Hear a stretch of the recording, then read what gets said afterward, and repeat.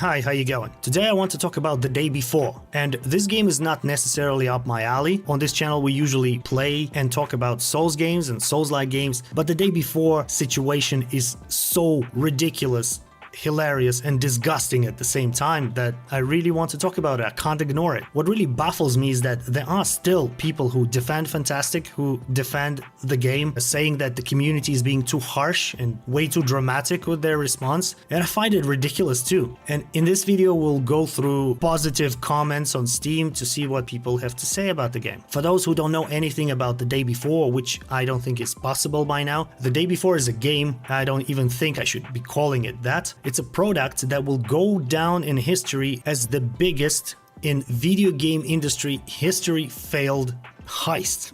That's what it is, I think. And I believe that that was Fantastic's plan all along, to make something that looks like a game, make sure you play past the refund window and run with the money. Well, that didn't work out very well now, did it? I don't know. I think there is a slightest possibility that at some point in time they really wanted to make a good zombie MMO with all the good stuff, with SnowRunner type driving, which I don't think is even possible for an MMO, especially for a smaller studio like Fantastic. There's just so many systems, you know, the physics that need to work together. But anyways, they made these promo videos that looked way good to be true and couldn't reach the bar that was raised. But still, I'm having a hard time believing it, knowing that Fantastic is well known for abandoning their games in the past. Bottom line is, the game's been advertised as a zombie survival MMO, kind of like DayZ meets The Division, and on the 7th of December we got the an extraction. We got a barely working extraction shooter, just bare bones. The city was empty, the AI was just diabolically stupid, some basic quality of life features were missing, like vaulting, and the whole thing was an asset flip, which is when you buy a lot of assets and just, you know, stitch them together, like, hey, look, I maked this, $40 please. It's not necessarily a bad thing to use assets. A lot of smaller game developers, they buy assets or get assets for free, and it's not a bad thing, but The Day Before is just ain't it, chief. There's nothing original about the game. There's nothing original in the game. The only job they did was stitching all the pieces together. Anyways, that's pretty much for the intro. Let's see what the positive people have to say about the game.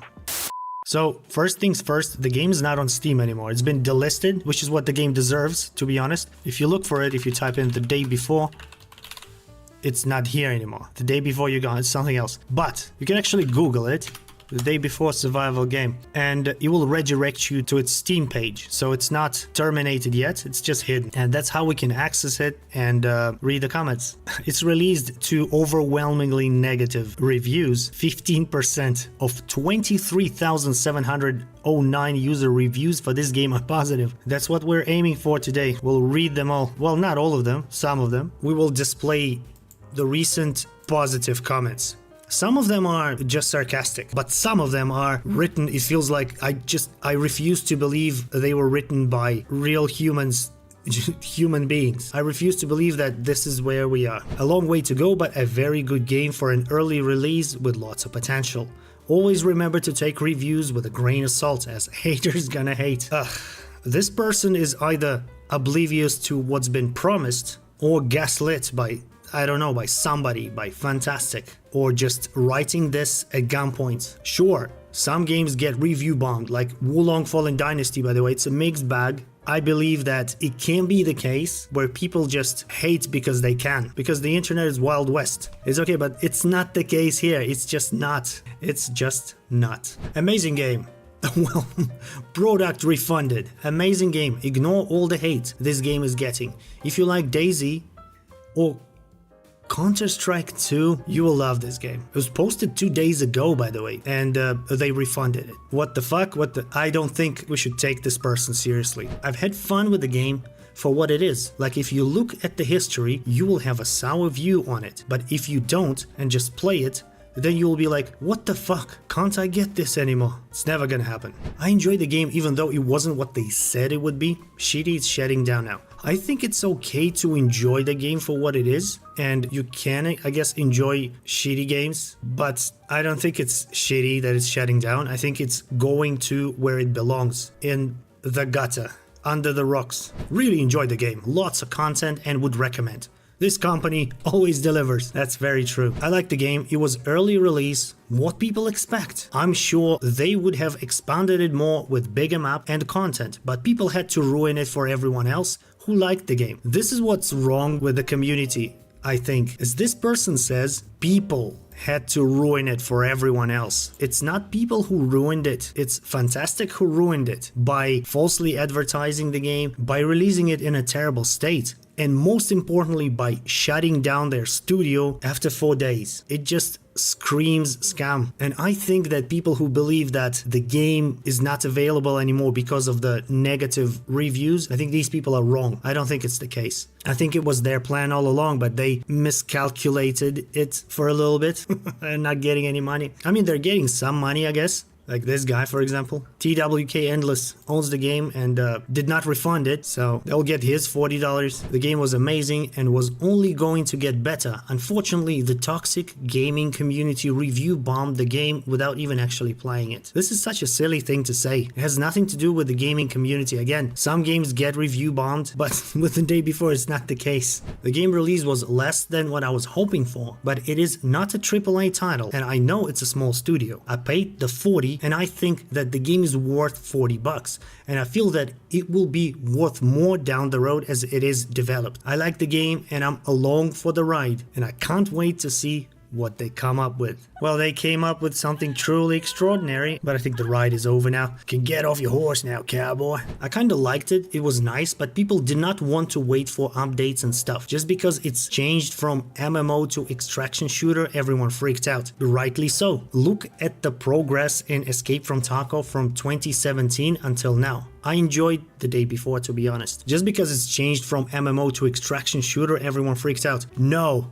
No, no, no. This is not how it should be. Imagine, I don't know, waiting for Bloodborne on PC and then getting Bloodborne cart. It's a very bad example. Bloodborne cart actually slaps. Imagine waiting for Dark Souls 4 and getting a racing game. Just because it changed from MMO to extraction shooter is the reason why we should not accept this. Just like Blizzard or Ubisoft, they push the boundaries to see what's acceptable. They push it harder and harder to see how flexible you are and how much you're gonna bend. And whenever you accept such a scummy move or any scummy move, it gives the company or any other companies green light to keep doing it. But again, I'm not saying that changing the genre of the game should be prohibited. I think it happened before, but when the devs are constantly in touch with the community and can't tell them prior, like, hey, we've overestimated our capabilities and we will now be doing an extraction shooter instead of an MMO game, I guess it could be accepted in some cases, but it's not the case with the day before. And it's such a stretch too. Here's MMO and here's an extraction shooter. It's not that I'm saying that